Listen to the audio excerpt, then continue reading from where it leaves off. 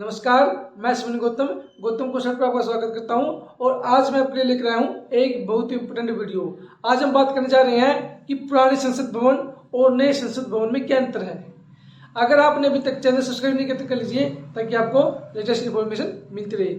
साथियों, अभी हाल ही में नए संसद भवन का उद्घाटन हुआ है और यहाँ पर एक बात प्रमुखता से उठाई जा रही है कि यह किस प्रकार पुराने संसद भवन से अलग है, इसमें ऐसी कौन सी नई चीजें हैं, तो उसी के बारे में हम जानेंगे। तो चलिए वीडियो स्टार्ट करते हैं। सबसे पहले तो अभी समझ लीजिए, जो पुरानी संसद भवन था, जो पुरानी संसद थी, उसका निर्माण कार्य 1921 में शुरू हुआ और 1927 में यह बनकर तैयार हो गई।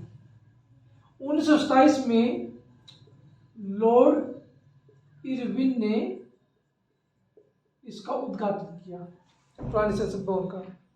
अगर हम बात करें नई संसद की, तो इसका निर्माण कार्य 2020 में शुरू हुआ और 2023 में बनकर यह तैयार हो गई।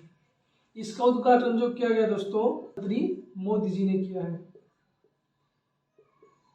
ठीक है, लॉर्ड इरविन ने पुरानी संसद भवन का उद्घाटन किया था और नई संसद का उद्घाटन किया है मोदी जी ने। ठीक है जी, पहला अंतर तो यह हुआ। दूसरा, जो पुरानी संसद थी उसको बनाने में 83 लाख रुपए खर्च हुए, 83 लाख।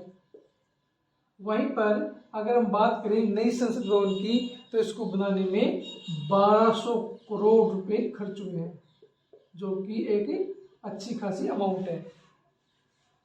तीसरा, जहां पर पुरानी संसद गोलाकार थी, अगर हम उसकी आकार की बात करें तो यह गोलाकार थी। वहीं पर अगर हम बात करें नई संसद भवन की, तो यह त्रिकोणीय है, यह त्रिकोणा है, त्रिकोणीय। ठीक है, इसका आकार क्या है? त्रिकोणीय या त्रिकोणा। आप पिक देख रहे हैं, आपके सामने पिक आ चुकी है। आप इसमें देख सकते हैं कि किस प्रकार यह त्रिकोणीय या त्रिकोणा है। नेक्स्ट दोस्तों, जो नई संसद भवन है उसमें जो लोकसभा में सीटें थी और राज्यसभा में सीटें हैं, उनको बढ़ा दिया गया है। जहां पर पुरानी संसद में लोकसभा में 550 सीट थी, ठीक है, वहीं पर नई संसद भवन में लोकसभा में 888 सीट है। मतलब कि काफी संख्या से बढ़ा दी गई है।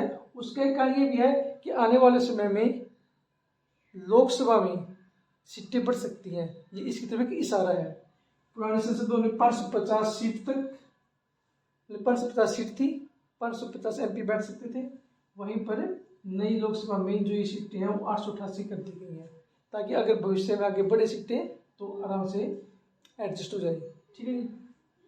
अब बात करें डिजाइन की, तो जो पुरानी संसद है उसका जो डिजाइन बना है दोस्तों, वो बनाया है ब्रिटिश वास्तुकार एडविन लुटियन ने। एडविन लुटियंस ने, एडविन लुटियंस और उनकी टीम ने पुरानी संसद भवन का जो मतलब एक तरह को डिजाइन किया था। ठीक है जी। वहीं पर अगर हम बात करें नई संसद की, तो जो नई संसद को डिजाइन किया वो है मशहूर आर्किटेक्ट बिमल पटेल। बिमल पटेल ये गुजरात से हैं, इनकी अपनी एक बहुत बड़ी फर्म है। तो बिमल पटेल की फर्म ने, ठीक है जी, नए संसद भवन का डिजाइन तैयार किया है। अगर हम बात करें अब गेट की, तो पुरानी संसद में 12 मुख्य गेट थे। वहीं पर जो नई संसद है इसमें मुख्य 3 गेट है दोस्तों, जो ज्ञान द्वार,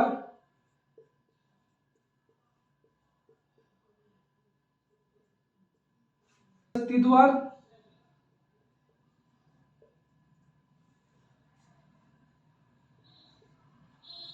और कर्म द्वार। जहाँ पुरानी संसद में 12 मुख्य गेट थे, वहीं नई संसद में 3 गेट हैं, ज्ञान द्वार या 3 द्वार है, ज्ञान द्वार, शक्ति द्वार और कर्म द्वार। इसके अलावा आपको एक बात तो बता देना चाहता हूँ, देखिए जब हमारी पुरानी संसद बनी थी तो इसका नाम था काउंसिल हाउस, काउंसिल हाउस। उसके बाद इसके नेम चेंज होते चले गए। और दूसरा जो हमारी नई संसद है, इसमें जो लोकसभा और राज्यसभा है दोस्तों, तो लोकसभा की जो थीम है वो है हमारा जो राष्ट्रीय पक्षी मोर है, राष्ट्रीय पक्षी मोर की आकृति पर बनाया गया है।